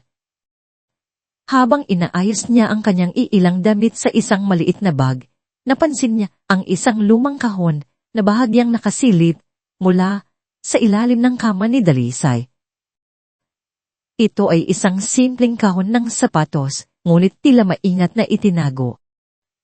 Dahil sa isang hindi maipaliwanag na kuryosidad, o marahil ay isang huling paghahanap ng kasagutan, bago tuluyang umalis, hinila niya ito palabas. Pagbukas niya, ang unang bumungad sa kanya ay mga papeles, mga financial statement, mga kopya ng mga kontrata, mga blueprint. Ang mga ito mang ebidensyang matagal nang kinokolekta ni Dalisay laban kay Silang, ang katibayan ng pangarap na ninakaw mula sa kanya. Sa isang saglit naramdaman ni Hiraya ang bigat ng pinagdadaanan ni Dalisay at isang bahagi niya ang nakonsensya sa kanyang pag-alis. Ngunit sa ilalim ng mga papeles may iba pa, mga bagay na mas personal, isang lumang tiket sa scene, isang tulang bulaklak, at isang litrato. Inuha niya ang litrato. Nasa litrato si Dalisay, mas bata ng ilang taon. Ang kanyang mga mata ay hindi kasing lamig ng ngayon. Mayroon itong kislap, isang saya na hindi pa nakikita ni Hiraya kailanman. Isang ngiti ang nakaguhit sa kanyang mga labi. Isang ngiting totoo at walang pagkukunwari. At katabi niya ang isang babae, nakasandal ang ulo sa kanyang balikat. Pareho silang masayang nakatingin sa kamera. Mahaba ang buhok ng babae, alon, at kulay tsokolate, katulad ng dati niyang buhok. Ang paraan ng pagngiti nito, ang hugis ng kanyang mga mata, nanlanig ang buong katawan ni Hiraya. Hindi sila magkamukha, ngunit ang pagkakahawig ay hindi maikakaila. Malakas, nakakabalabag. Para siyang tumitingin sa isang bersyon ng kanyang sarili mula sa ibang panahon. Biglang nagkaroon ng kahulugan ng lahat, isang masakit at malupit na kahulugan. Ang pagbabagong anyo, ang pagpapaikli ng buhok na tila pagbubura sa dati niyang itsura, ang mga damit, ang mga aral, ang mga sandali ng paninitig ni Dalisay na akala niya ay dahil sa kanya. Lahat ng iyon ay para mga piraso ng isang puso na ngayon nang nabuo. Ang tanong ay parang isang lason na gumapang sa kanyang isipan. Hindi kaya pinili niya ako. Hindi lang dahil asawa ako ni Silang, kundi dahil sa babaeng ito. Dahil may nakita siyang pagkakahawig. dahil isa lang akong kapalit. Isang anino ng isang pag-ibig na nawala sa kanya. Naramdaman niya ang matinding pagkadismaya. Ang pangalawang pagkakataon na sinira ang kanyang tiwala. Ang ikalawang pagkakataon na ginamit lang siya. Hawak ang litrato. Umupo si Hiraya sa kama. Ang kanyang mundo ay muling gumuho. Ang dating sakit na dulot ni Silang ay muling bumalik, mas matindi pa, dahil na yon kasama na ang sakit na dulot ng isang taong nagsimula nang magbigay sa kanya ng kakaibang pag-asa. Nang bumalik si Dalisay sa apartment, ang katahimikan ng unang sumalubong sa kanya. Isang katahimikan na tila puno ng sumbat. Nakita niya si Hiraya na nakaupo sa kama, hawak ang isang litrato. Ang litratong yon, ang litrato ng kanyang nakaraan na pilit niyang itinago, na ngayon ay bukas na bukas sa harap ng babaeng pilit niyang pinitigilang mahalin. Nakita ni Hiraya ang kanyang pagdating. Tiningnan siya nito, at sa mga mata nito ay wala ang galit na kanyang inaasahan. Ang naroon ay puro sakit, pagkadismaya, at isang pagtatanong na mas mabigat pa kaysa sa anumang akusasyon. Sino siya? Pasag ni Hiraya. Sa katahimikan, ang boses ay mahina, halos bulong. Sino ang babaeng ito? Huminga ng malalim si Dalisay. Walang saysay ang pagsisinungaling. Siya si Ligaya. Ang aking dating fiancé. Ligaya? Ulit ni Hiraya. Tila ninanlamang pangalan. Kaya pala pamilyar ang buhok ko, ang ngiti ko. Ang lahat ng pagbabago. Pinipilit mong gawin ako siya, hindi ba? Ang mga salita ay tumama kay Dalisay na parang suntok sa sikmura. Ang kirot ng katotohanan ay masakit kaysa sa kanyang inaakala. Hindi yan totoo, Hiraya. Hindi totoo? Tumawa si Hiraya, isang tunog na puno ng pighati. Lahat ng pinagdaanan ko, ang lahat ng pagpapanggap na ginawa ko, ginamit mo lang ako. Dalisay, hindi bilang kasama sa paghihiganti, kundi bilang isang anino lang nakaraan mo. Ang kanyang mga luha ay nagsimulang dumaloy, sunod. Pangalawang beses na to. Pangalawang beses na ginamit lang ako. Inawa mo akong tanga. Lumuhod si Dalisay sa harap nito, hinawakan ang kanyang mga kamay. Hindi ganoon, Hiraya. Oo, may pagkakahawig ka kay Ligaya. At siguro noong una, iyon ang nakita ko. Pero habang tumatagal, habang nakikita ko ang tapang mo, ang ganda ng puso mo, ikaw ang nakita ko. Hindi siya. Ikaw. At ano naman na yon? Hindi mo na mababago yon, sabi ni Hiraya. Pilit na inalis ang mga kamay niya mula sa pagkakakapit ni Dalisay. Ang lahat ng pinaniwalaan ko, puro kasinungalingan lang pala. Tumayo siya. Ang mga mata ay puno ng desisyon. Aalis na ako. Hindi ko na kaya to. Ngunit bago pa man niya matapos ang kanyang salita, may isang malakas na tunog ang umalingaw sa telepono ni Dalisay, isang notification mula sa balita. Si Marikit. Sa parehong sandali, habang si Hiraya ay nakikipagbunos sa pagkadismaya at paghihinakit, si Marikit naman ay nagtatanghal ng kanyang pinakamagaling na pagganak. Nakaupo siya sa isang wheelchair, ang kanyang mukha ay balot ng pagdadalamhati. Sa loob ng isang pribadong ospital, sa harapan niya ay sisilang na ang mukha ay masama, halong aalala at gait. Silang, ang ating anak, pabulong na sabi ni Marikit. Ang boses ay nanginginig. Nawala na siya. Hindi niya kinaya ang stress. ang mga pagbabanta ni Hiraya, ang lahat ng kaguluhan na idinulot niya sa buhay natin. Ang kanyang mga mata ay puno ng luha, ngunit walang anumang bakas ng katotohanan. Maingat niyang pinlano ang bawat detalye, ang biglaang pagtawag sa emergency, ang pagsasabing nakakaramdam siya ng matinding sakit, ang pagkukunwaring nahimatay. Ang mga doktor na binayaran ng malaki ay nagbigay ng isang malabong diagnosis, spontaneous abortion dahil sa matinding stress.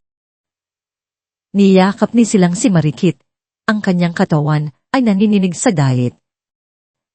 Hindi nito nakita ang matagumpay na ngiti na sumilay sa labi ni Marikit habang nakasiksik ito sa kanyang balikat. Para kay Marikit, ang pagkawala ng anak ay isang maliit na sakripisyo kung ang kapalit naman ay ang buong pagtitiwala at awa ni Silang. Ang hayop na yon, bulong ni Silang, ang mga kamao ay nakakuyong. Pagsisisihan niya to. Gagawin kong impyerno ang buhay niya. Hindi pa man natatapos ang kanilang pag-uusap sa apartment ni Dalisay, isang malakas na kalabog ang umalingaw-ngaw sa ibaba. Umukas ang pinto ng pagtahan ng may puwersa, at sa hagdanan, naroon si Silang. Ang kanyang mga mata ay nanlilisik, ang mukha ay puno ng uhaw sa dugo. Hindi siya iisa, may kasama itong dalawang malaking lalaki. Mabilis na itinago ni Dalisay si Hiraya sa isang tabi, malayo sa paningin ni Silang. Hiraya Salcedo, sigaw ni Silang, ang boses ay umalingaw sa buong apartment. Lumabas ka diyan, hayop ka. Harapin mo ako. Napakapit si Hiraya sa braso ni Dalisay, nanginginig sa takot. Hindi pa niya nakita si Silang na ganito. Ito ay hindi na ang Silang nakilala niya. Ito ay isang halimaw na puno ng koop. Pinatay mo ang anak ko. Muling sigaw ni Silang, ang kanyang mga hakbang ay lumalapit. Napaatras si Hiraya. Anak. Ngunit bago pa man makasagot si Dalisay, bumukas ang pinto ng apartment. Pumasok si Silang, ang kanyang mga mata ay naghahanap ng biktima. Nang makita niya si Hiraya, hindi na ito aksaya ng panahon. Pinatay mo ang anak ko. Nagngangalit sa galit na sigaw ni Silang. Sumugod ito, at mabilis na hinila ang braso ni Hiraya nang may puwersa. Pabayaran mo yan.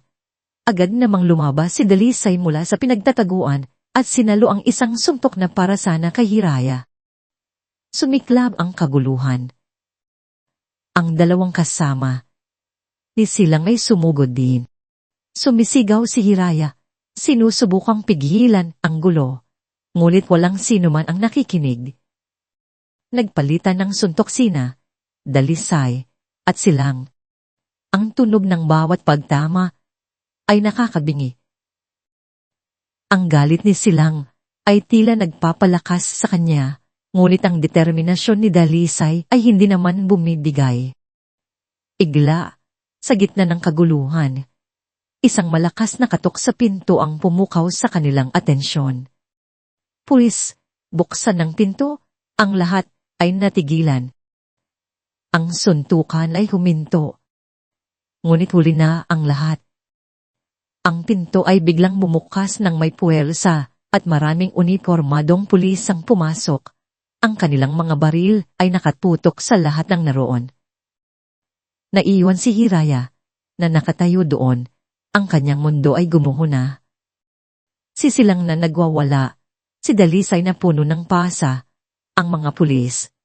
Ang lahat ng plano, ang lahat ng paghihiganti ay nauwi sa ganito. Ang lahat ay nawala. Ang malamig na hangin sa loob ng istasyon ng pulisya ay tila humahalo sa kaba na nararamdaman ni Hiraya. Nakaupo siya sa isang matigas na silya sa harap ng isang detektive na seryoso ang mukha. Habang nasa kabilang mesa naman si Dalisay na may ilang pasa sa mukha. Sa kabilang silid, naririnig niya ang boses ni Silang, nagwawala at nagpapaliwanag. Ang lahat ng nangyari ay tila isang masamang panaginip. Tis, Salcedo.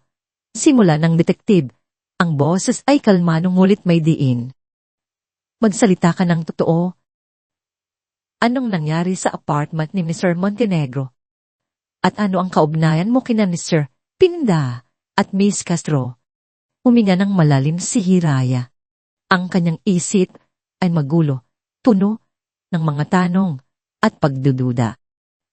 Ang litrato ni Ligaya ay paulit-ulit na bumabalik sa kanyang isipan, kasama ang mapait na katotohanan na ginamit lang siya ni Dalisay.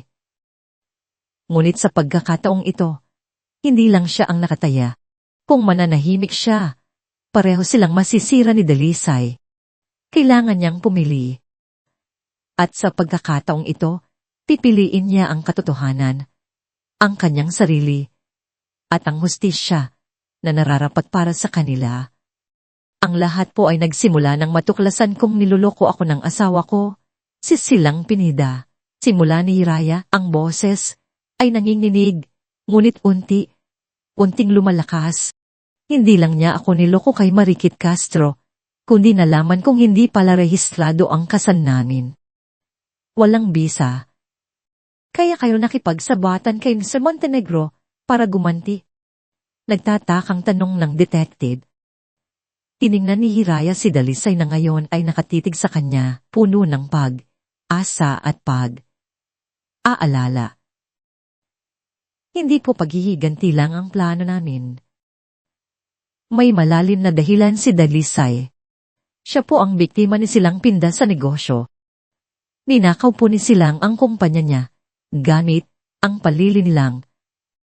Ibinigay ni Hiraya ang address, ang pagtahan, at ang pangalan ng bangko na ginagamit ni Silang.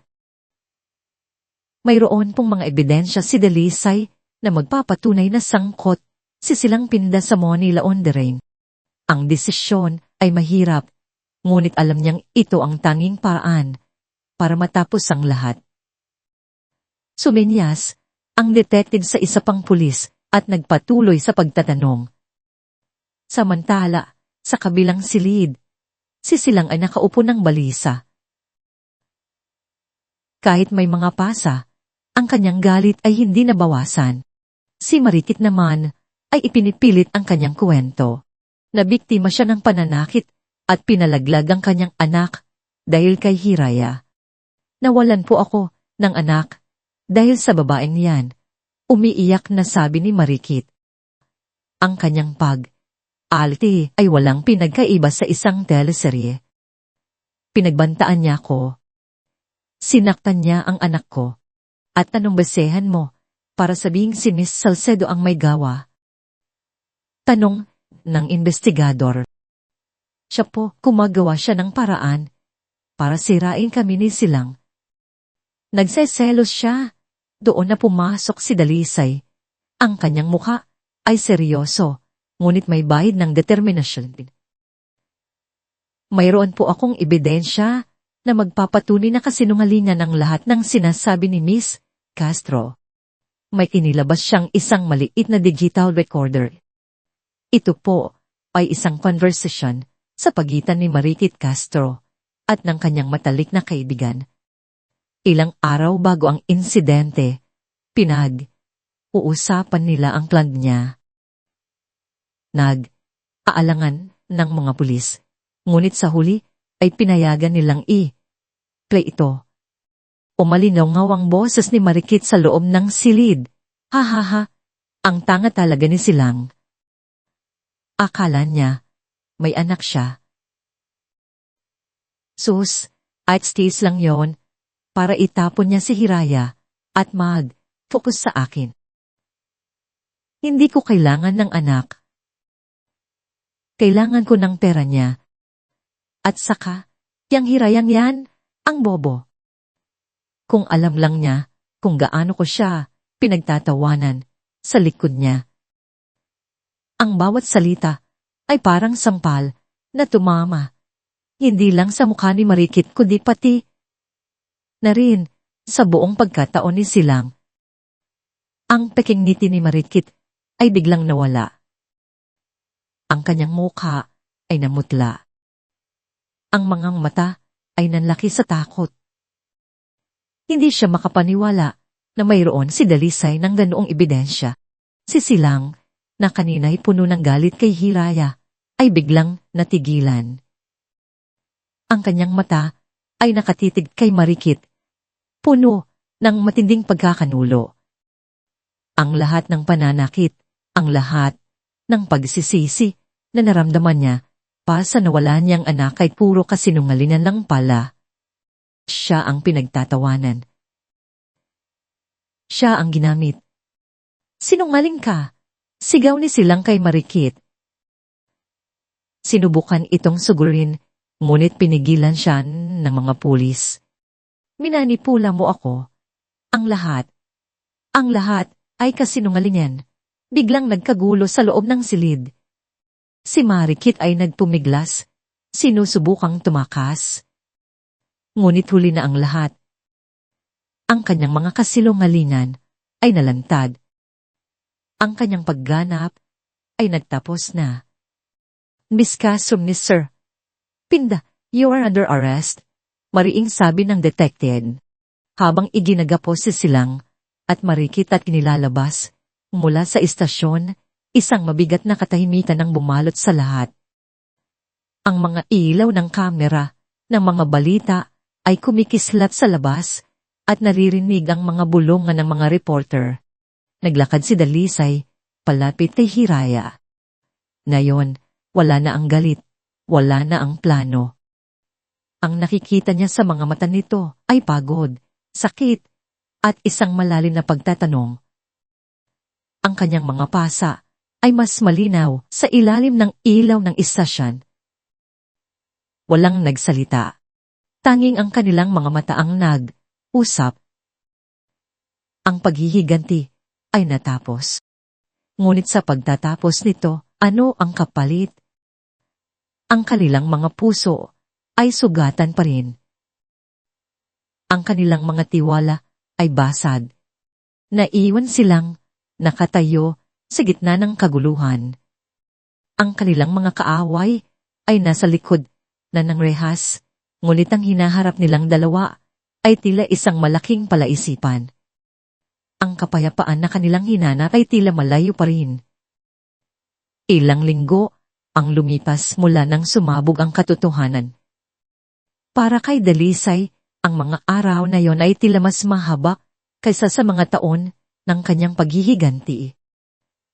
Si Silang Pinda at Mariit Castro ay humaharap sa kaukulang kaso.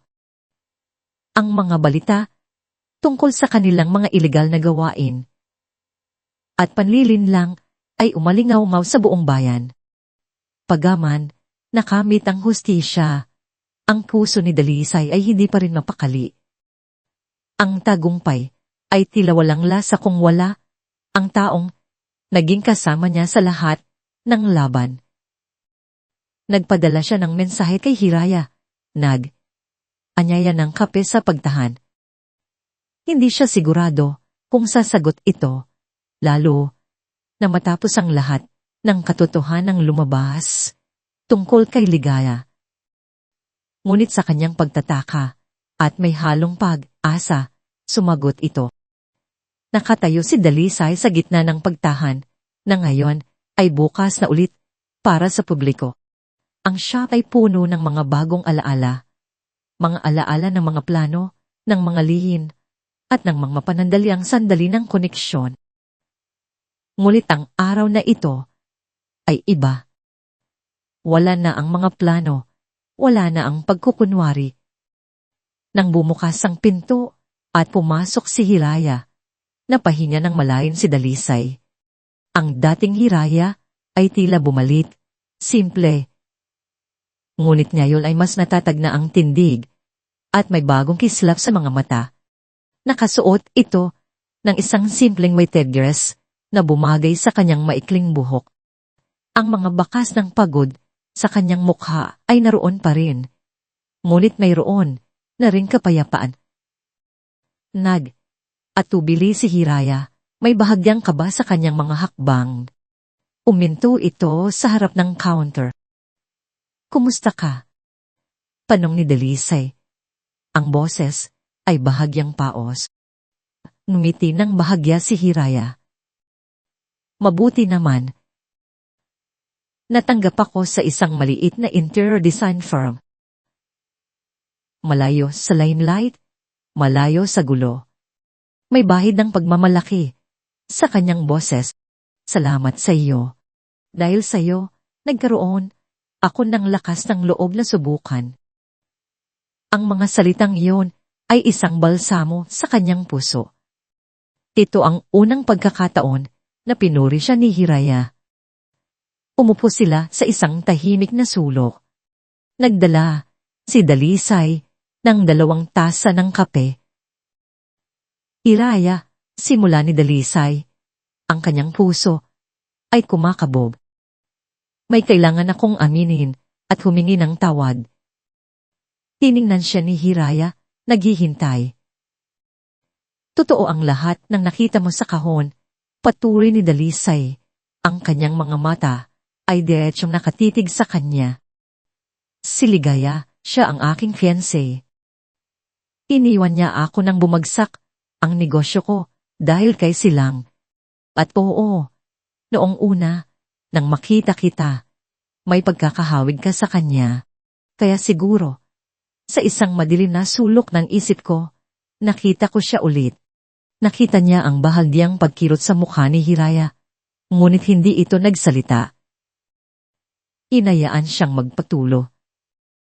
Pero habang tumatagal, sabi ni Dalisay, ang boses ay naging mas taos. Puso, habang nakikita ko ang tapang mo. Ang determinasyon mo na bumangon, kahit paulit, ulit kang dinudurog. Ikaw ang nakita ko, hindi siya. Natutunan kong pahalagahan ka. Hiraya, ang pagtawa mo, ang galit mo, ang pangarap mo na maging malaya. Hindi ko na hinahanap si Ligaya sa iyo. Hinahanap kita. At patawarin mo ako sa mga binitawan kong salita noong araw na yon, pagpapatuloy niya. Sa pagkakasabi ko na mahina ka. Sa sobrang pagka-pogses ko sa paghihiganti, nakalimutan ko ang nakikita ko sa iyo. Hindi ka mahina. Hiraya, ikaw ang pinakamatapang na babaeng nakilala ko. Isang mahabang katahimikan ang namagitan sa kanila. Ang tunog lang ng pagkalansing ng mga tasa at ang mahinang bulungan ng mga tao sa paligid ang maririnig. Pinagmamasdan ni Hiraya si Dalisay, sinusuri ang bawat salita, bawat emosyon. Mahirap maniwala. Dalisay, sa wakas ay sabi ni Hiraya, ang kanyang tinig ay payapa. Mahirap magtiwala ulit, lalo na pagkatapos ng lahat. Alam ko, sagot ni Dalisay, at hindi ko naman hinihingi na pagkatiwalaan mo ako agad. Handa akong maghintay, Hiraya. Handa akong patunayan na totoo ang sinasabi ko. Hindi na ako ang taong nabubuhay para lang sa paghihiganti. Ikaw ang nagbukas ng mga mata ko. Muling nagtagpo ang kanilang mga mata. Ang pagdududa ni Hiraya ay dahang napalitan ng isang bagay na mas malambot, mas buo. Ang mga sugat ay naroon pa rin, ngunit tila nagpapakita na ng mga bakas ng paghilom. Sabi mo, maghihintay ka. Tanong ni Hiraya. Isang maliit na ngiti ang sumilay sa kanyang mga labi. Ang ngiti na matagal nang hindi nakikita ni Dalisay. Hanggang kailan mo gusto? Sabi ni Dalisay, ang kanyang puso ay puno ng pag-asa. Lumapit si Hiraya sa kanya. Ang kanyang kamay ay dahang lumapat sa kamay ni Dalisay sa ibabaw ng lamesa. Ang hawak nito ay magaan, ngunit puno ng kahulugan. Siguro, hindi na kailangang maghintay. Nang hawakan niya ang kanyang kamay, Naramdaman ni Dalisay ang init na matagal nang nawawala sa kanyang buhay. Ito ang simula. Ang simula ng isang bagay na hindi binuo ng paghihigandi kundi ng pag-asa at tunay na pag-ibig. 1 taon, makalipas 1 taon, mula nang gumuhit ang katotohanan sa loob ng istasyon ng pulisya. 1 taon, mula nang magsimulang maghilom ang mga sublat. Ang lungsod ay nagpatuloy sa kanyang normal na daloy. Ngunit para kina Hiraya at Dalisay, ang bawat araw ay isang bagong simula. Nakatayo si Hiraya sa harap ng isang grupo ng mga kliyente. Ang kanyang mga mata ay kumikinang sa tiwala at profesionalismo. Ang kanyang buhok ay maigsi pa rin, ngunit ngayon ay hindi na ito simbolo ng pagbabago para sa paghihiganti, kundi simbolo ng kanyang muling pagkabuhay. May suot siyang isang matikas na business attire, at ang bawat salitang lumalabas sa kanyang bibig ay puno ng kaalaman at passion. Ang konsepto po ng disenyo na ito, paliwanag niya habang itinuturo ang 3 model sa malaking screen, ay tungkol sa paglikha ng isang espasyo na hindi lang maganda kundi functional at nagbibigay ng kapayapaan. Isang lugar kung saan ang bawat sulok ay nagsasabi ng kwento ng pag-asa at paglago. Hindi lang po ito isang bahay, ito po ay isang hiraya. Isang pangarap na itinayo mula sa simula. Napangiti siya. Ang salitang hiraya ay hindi na lang ang kanyang pangalan, ito na rin ang kanyang pilosopiya sa bawat proyekto. Matapos ang presentasyon, pumalakpak ang mga kliyente at nakita niya ang paghanga sa kanilang mga mata.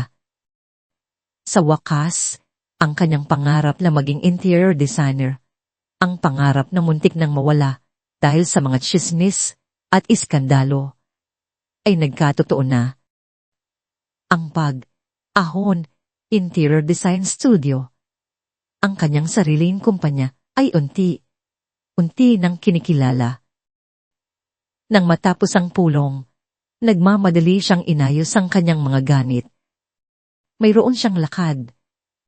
Nang bumaba siya sa lobby ng kanyang opisina, naroon na si Dalisay, nakasandal sa kanyang sasakyan. Nakasuot ito ng casual na polo shirt at maong. Ngunit ang porma nito ay kasing dikas pa rin ng dati. Ang kanyang negosyo ay muling lumago, mas matatag kaysa sa dati. Malayo sa mga anino ng panlilinlang ni Silang. Ang Dalisay Innovations ay nagtatayo na ng mga modernong istruktura. Ngunit sa ilalim ng bawat disenyo ay ang aral ng integridad. Nakita ni Hiraya ang ngiti sa labi nito, isang ngiting hindi puno ng galit o kalkulasyon, kundi ng tunay na kaligayahan. Ang mga pasa sa mukha ni Dalisay mula sa gulo noon ay naglaho na, at ang mga mata nito ay puno na ng init. Kumusta ang presentasyon, Hiraya? Tanong ni Dalisay habang binubuksan ang pinto ng kotse para sa kanya. Tagumpay, simpleng sagot ni Hiraya. At sa unang pagkakataon, ang tagumpay ay naging matamis dahil totoo ito at kanya. Nagmaneho sila patungo sa isang pamilyar na lugar, isang tahimik na dalampasigan sa labas ng lungsod. Ito ang naging paborito nilang lugar, isang kanlungan kung saan nila uusapan hindi ang nakaraan, kundi ang kanilang kinabukasan. Ang buhangin ay malambot sa kanilang mga paa. Habang naglalakad sila, ang simoy ng hangin ay sariwa at nagdadala ng kapayapan. Ang araw ay unting lumulubog, nagpipinta ng mga kulay kahel at kilaylas sa kalangitan. Ang ganda, bulong ni Hiraya habang nakatanaw sa malawak na dagat. Kasing ganda mo, bulong ni Dalisay sabay hawak sa kanyang kamay. Ang init ng kanyang palad ay lumukob sa kanya, isang pakiramdam ng seguridad at pagmamahal. Hindi na ito ang malamig na kasunduan, ito ay isang koneksyon na binuo sa pagsubok sa sakit, at sa pagpapatawad. Naramdaman ni Hiraya ang ngiti sa kanyang labi. Ang kanyang puso, na minsan ay durog at puno ng galit ay ngayon, ay buo na at puno ng pag-ibig. Ang paghihiganti ay nagdulot ng hustisya, ngunit ang pagpapatawad sa sarili at sa iba ang nagdala ng tunay na kapayapaan. Umarap siya kay Dalisay. Alam mo, Dalisay, minsan naisip ko, magiging ganito kaya ang buhay ko kung hindi ko pinagdaanan ang lahat ng sakit na yon. Ngumiti si Dalisay. Siguro. Pero kung hindi mo yon pinagdaanan, hindi ka magiging ikaw ngayon. Ang Hirayang nakita ko sa gitna ng unos. Ang Hirayang lumaban. Ang Hirayang bumangon. Iyon ang Hirayang minamahal ko. At kung hindi mo yun pinagdaanan, hindi ko rin sana natuklasan na ang tunay na pag-ibig ay hindi sa paghihiganti na tatagpuan, kundi sa pagtanggap ng mga sugat at pagtulong sa isa't isa na maghilom. Niyakap siya ni Hiraya ng mahigpit. Ang bawat sandali sa braso nito ay tila isang kumpirmasyon na sa wakas, natagpuan niya ang kanyang Hiraya, hindi ang pangarap na binuo niya sa ibang tao, kundi ang pangarap na binuo niya para sa kanyang sarili, kasama ang taong nagmamahal sa kanya, ng buo, walang bahid ng pagkukunwari o pagganit. Sa ilalim ng nangingibabaw na kulay kahel ng paglubog ng araw, dahang idinikit ni Dalisay ang kanyang labi, sa labi ni Hiraya. Isang halik na puno ng pagmamahal, pag-asa, at isang pangako. Pangakong habang buhay, hindi na muling magtiisa. Ang kanilang kwento ay hindi natapos sa hapis kundi sa isang bagong simula, isang patpunay na mula sa abo ng pagkasawi. Maaaring isilang ang isang mas matatag at mas totoong pag-ibig. At dito nagtatapos ang kwento ni Hiraya at Dalisay, isang patunay na ang tunay na pag-ibig ay natatagpuan sa paghilom at paglago. Sa lahat po ng aming taga-subaybay na sinamahan kami sa bawat kabanata, sa bawat luha at ngiti, mula sa puso po ng inyong scriptwriter. Maraming salamat. Ang paglalakbay ni Hiraya at Dalisay ay naging bahagi rin ng aking sariling paglago bilang manunulat. Hindi naging madali ang paghabi ng kanilang kwento. May mga gabing halos sumuko na rin ako sa bigat ng kanilang mga pinagdadaanan, sa pagiging komplikado ng kanilang damdamin. Ngunit sa bawat karakter na nabuo, sa bawat twist na inihanda, laging nariyan ang pagnanais na magbigay ng isang kwentong hindi lang magpapakilig o magpapagalit kundi magbibigay inspirasyon. Ang bawat salita ay isinulat ng may pag-asa na ito'y makapagbibigay ng liwanag sa mga pusong minsan na ring nasugaan. Sana po, sa pamamagitan ng kanilang karanasan, ay nakita ninyo na ang pag-ibig ay hindi laging perpekto. Ito ay madalas na puno ng pagsubok, ng sakit, at ng mga pagkakamali. Ngunit sa huli, ang pagpapatawad, hindi lang sa iba, kundi pati na rin sa ating sarili, ang siyang susi sa tunay na kaligayahan. Na kahit gaano pa, kahirap ang nakaraan, laging may pag-asa para sa isang bagong simula. Na mula sa mga abo ng pagkasawi, maaaring sumibol ng isang mas matatag, mas tapat, at mas wagas na pag-ibig. Maraming salamat po, muli, sa pagbibigay sa akin ng pagkakataong ibahagi ang kwentong ito. Ang inyong mga komento, ang inyong mga reaksyon, ay malaking inspirasyon po sa aming lahat.